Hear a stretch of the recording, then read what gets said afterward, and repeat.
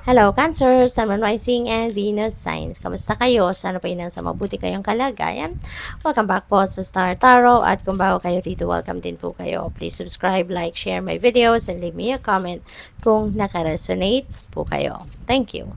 So, by the way, Cancer, Happy New Year po sa inyo lahat. I wish you the best in the coming year. Sana po'y maging siksik-liglig umaapaw kayo dito ng biyaya, ng good health, ng good fortune, and good life. So, we also have information. Ito yung paunang mensahe ninyo.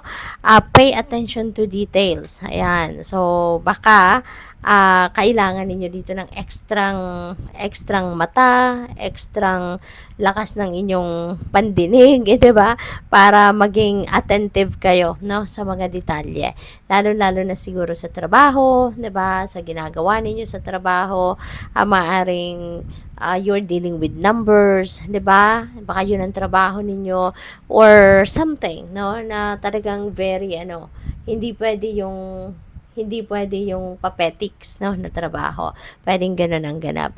At saka, feeling ko din dito, no, Cancer, you really need also to pay attention to details, lalo-lalo na sa mga transactions ninyo. Baka meron kayong mga mahalagang transactions, personal, or pwede rin naman na related sa inyong trabaho, negosyo, yung ganun. So, kailangan, na attentive kayo sa every detail, no, na hinahawakan ninyo, naririnig ninyo, or yung ibibigay din ninyo, no? So there's going to be a lot of conversations siguro dito, transactions, no, that you are going to attend to, no? Kaya good luck sa iyo dyan. So what else? We have success. Wow, Cancer, magiging matagumpay ka sa taong ito, no? Or at least sa buwan, no, ng January, there will be success, no, na napapasok, no? Hindi man ito mabilisan, hindi kasi 'di ba, lahat naman talaga kailangan pagtrabahuan, lahat everything is a process, 'di ba? Kaya maaring yung tagumpay din ninyo ito. Hindi ito yung instant success, 'di ba? As in for the longest time, pinagtrabahuan mo na to, pinagsikapan mo na to, and ngayon, makakamit mo na din siya. No? You will be climbing the ladder of success or this time, no, in January. Baka pagpasok ng January, agad-agad nandun ka na. Kasi maaaring nandito ka na sa gitna, 'di ba? And you are just like few steps away, no, from claiming your success. Kaya napakaganda.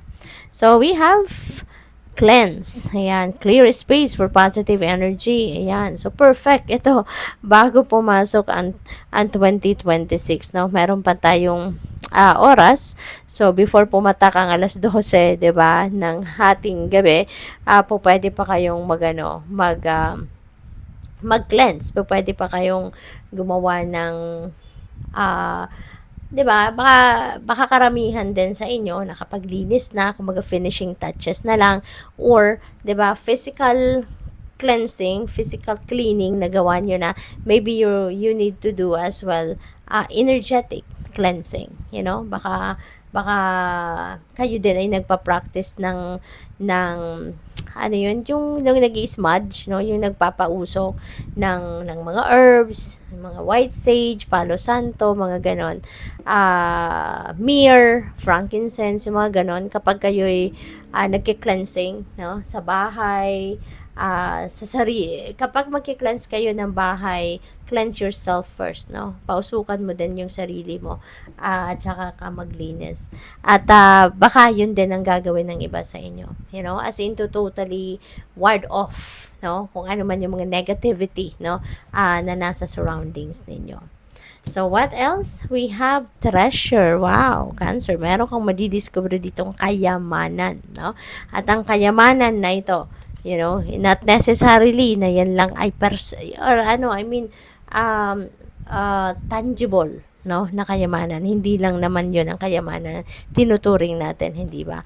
But this could be anything, any precious na bagay or opportunity, no, iba-iba to, no, depende sa inyong sitwasyon, but definitely you will be discovering a treasure, no, around this time.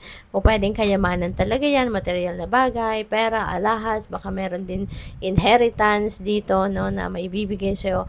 Hindi natin alam kung anong treasure na to na makukuha ninyo kasi nakasara yung box, 'di ba? So it's going to be a surprise, no, para sa iyo. Ito yung treasure na po pwedeng ikakagulat niyo talaga pagdating, no?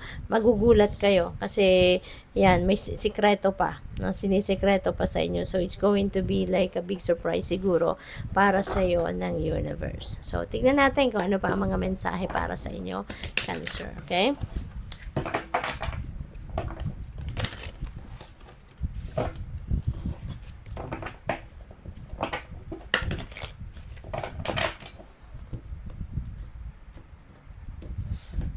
So, we have Two of Earth. Ayan. So, Two of Earth, napakaganda. Nagbabalanse ng bata, no? So, this is really a time for you to bring the balance in your life. Okay? Baka ang iba sa inyo dito, nagkakaroon na ng imbalance talaga, nangyayari na baka meron ng mga problema, no? Kasi kapag meron tayong imbalance sa buhay, diyan nag-uugat, no, yung problema. Diyan nag-uugat yung mga challenge sa buhay natin. Kaya maaaring ganun ang ganap sa inyo ngayon, no, Cancer. So, maybe you need to do some kind of grounding, no? I-grounding niyo yung inyong sarili. Magagawa ninyo yan when you do some meditation, relaxation, mag-reflect, mag-contemplate, magmuni-muni, so that magkaroon kayo ng clarity of thought at mabalik kayo sa focus, no? Kapag kasi nasa focus na kayo, ma-figure out nyo na, no, kung ano yung naging problema. So, ma-address mo kung ano ang dapat mong gawin, 'di ba? At saka priorities, no? You need to review your priorities para alam mo kung ano talaga yung kailangan mong bigyan ng mas maraming oras, 'di ba? At yung mga least priority ninyo, ibalagay nyo muna yan sa back burner ninyo para hindi sumisingit doon sa mga importanteng bagay na kailangan mong bigyan ng mas maraming panahon or oras. Okay? So, what else? At saka lalo-lalo na, no, yung pag nagsiset kayo ng priorities, yung self-care, no, yung pag-aalaga sa inyong sarili, sa inyong katawan, sa inyong mental health, yun ang dapat na laging nasa number 1, no, ninyong priority. Para kahit marami pa kayong kailangan gawin, marami pa kayong kailangan i-schedule, when you are on top of your health, when you are in good shape, when you are healthy, okay lang yan. Kahit sandamakmak pa ang i-schedule ninyong kailangan mong gawin, magagawa mong lahat yan, malinaw ang inyong isipan, malakas ang inyong pangangatawan, then you will be able to accomplish that. Okay? Pero kapag may sakit ka, 'di ba? Edi talagang papaano, no? How are you going to manage na matapos mo kung ang kailangan mong gawin kung you are a little under the weather or alam mo yun, walang gana kasi pagod, may sakit, 'di ba? So, we have Emperor, which is really, really beautiful. You will be back in your throne. So, feeling ko dito, makakabalik ka talaga agad-agad din sa balanse mo. May schedule mo ng maayos ang mga bagay-bagay, ang mga priorities mo. Kasi si Emperor, no, nasa trono niya, nakabalik na siya. And Emperor is also about organization. So, feeling ko talaga dito, sisikapin mo din na maging mailagay sa ayos, no, ang lahat-lahat, no, ng mga bagay-bagay sa buhay mo sa ngayon. At kaya magiging, kumbaga, may po-program mo ng tama pa rin, no, eventually, yung mga, yung mga gagawin mo. So, siguro dito, mapag-iisipan mo talaga, mapag-aaralan mo din yung pag-schedule ng inyong mga priorities. So, what else? We have King of Fire. Ayan. So, you're going to be very inspirational, no? Si King of Fire, very charismatic din, very magnetic, very innovative, Meron din siyang, katulad ni Emperor, si King of Fire, meron din siyang leadership quality, So, pwedeng kayo ay nasa isang, position of authority. No? Baka ang iba sa inyo, kayo isang manager, isang boss, no, sa trabaho ninyo, or pwedeng CEO kayo, 'di ba? At very influential kayo. Very influential. Maraming tao are looking up to you kasi ginagalang ka, ang tawag dito, mataas yung tingin nila sa iyo, yung ganoon. Kaya napakaganda nito. So, what else? Baka may promotion din kayo ngayon, Cancer. No, baka mapopromote kayo during this time. So, we have the world. Yan. So, this is a time of success talaga. Yan. So, ano na, time na ito para, kumbaga, magle-level up na kayo. Kasi maraming tagumpay, no? Maraming bagay siguro dito ang ginagawa ninyo na mapagtatagumpayan nyo na. Kaya, there are things that are coming into completion, at kapag merong nagtatapos, merong magsisimula, hindi ba? So, meron na kayong ma-accomplish, no? Marami kayong achievements sa ngayon.